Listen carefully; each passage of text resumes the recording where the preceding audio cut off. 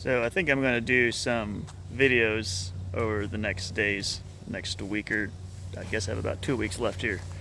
I plan to do some videos on Proverbs and some of the different wise sayings in the Proverbs.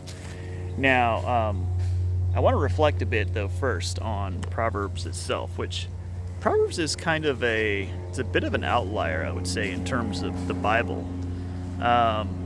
There is, I guess it's categorized perhaps under wisdom literature, and I guess Ecclesiastes might also come under that category. But there again, that may have been written by Solomon, and so it's a it's certainly not secular. I mean, it says, the fear of the Lord is the beginning of knowledge.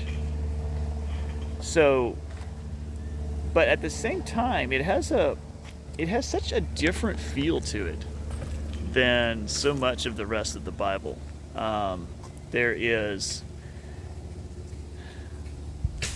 one thing I've sometimes struggled a little bit is how to sort of integrate or to make sense of both, Proverbs and the teachings of Jesus. So the teachings of Jesus around wealth, if you just kind of take them at face value and surface value, you kind of get the impression that Jesus kind of has a negative view on money, if you will. And it's not necessarily the case when you dig in, but maybe it's the way it's been presented in popular Christian culture now. I'm not sure.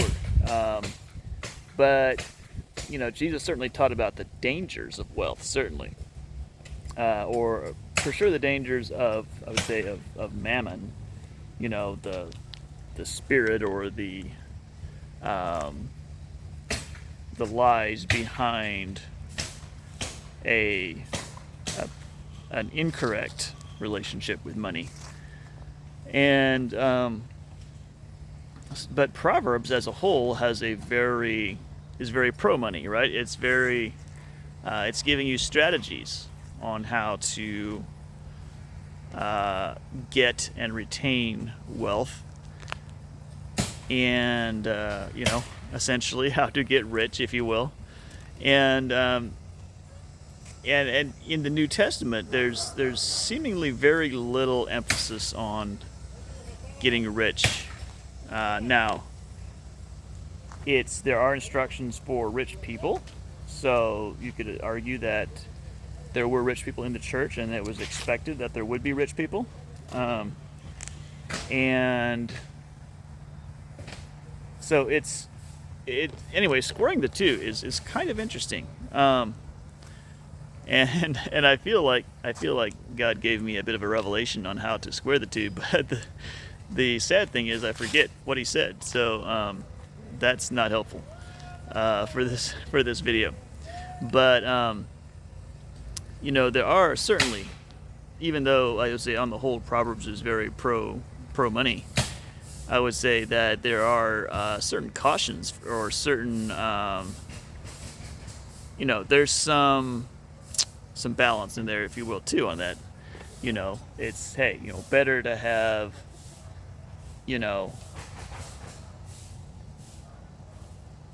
better, I think this is Proverbs, right, where it says it's better to have, well, it lays out some different scenarios where it's better to not be super rich and have peace in the rest of your life than it would be to be super rich and to not have peace. So anyway, it probably is such an interesting, like, on its own, I think you could take it as good success teachings, right?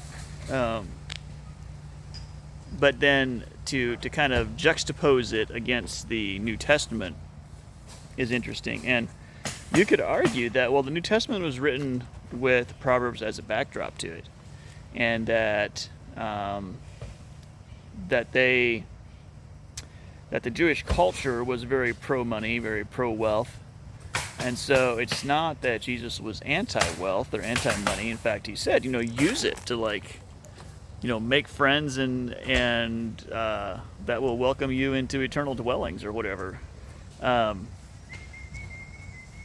but so I think it's very possible to say that, like, I don't know, everything about what Jewish culture was back in those days, but I think it's, very likely that riches and wealth were held in very high esteem, as they still are, but that there was not any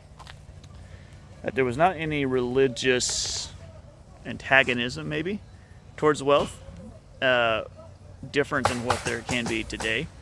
And so for what Jesus said about the difficulty for the rich to enter the kingdom of heaven, and instructing the rich young ruler to sell his possessions and give to the poor.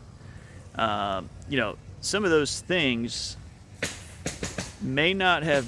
It may not be that Jesus was being antagonistic towards or trying to necessarily say that money was bad, but that, of course, the spirit of mammon is bad, and he pointed, that out. But the inability, of course, to serve mammon and God. So he made some very bold statements, but you could argue that it was corrective.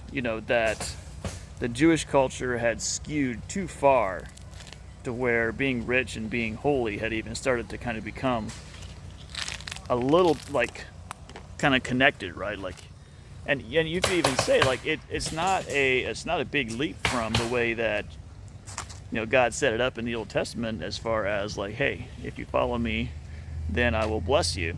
And so it's not a big leap of logic to say, well, if I'm blessed, that means I've been following God. And so money actually being kind of a stamp of God's approval on your life.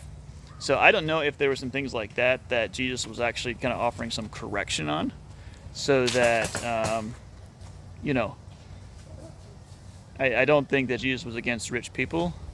And, but at the same time, I don't want to be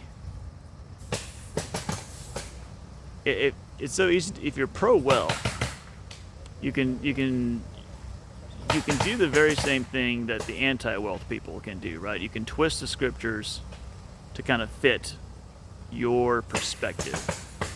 And that's not what I want to do. What I want to do is actually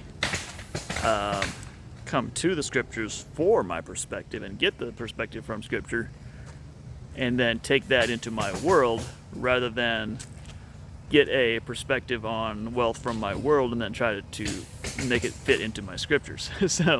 Or into these scriptures. So anyway, so I do find Proverbs to be perhaps a little perplexing, juxtaposed against the New Testament teachings, but I believe that Proverbs is valuable and useful, and I do not believe that money is evil, but I do believe that having a wrong relationship to money can be very dangerous.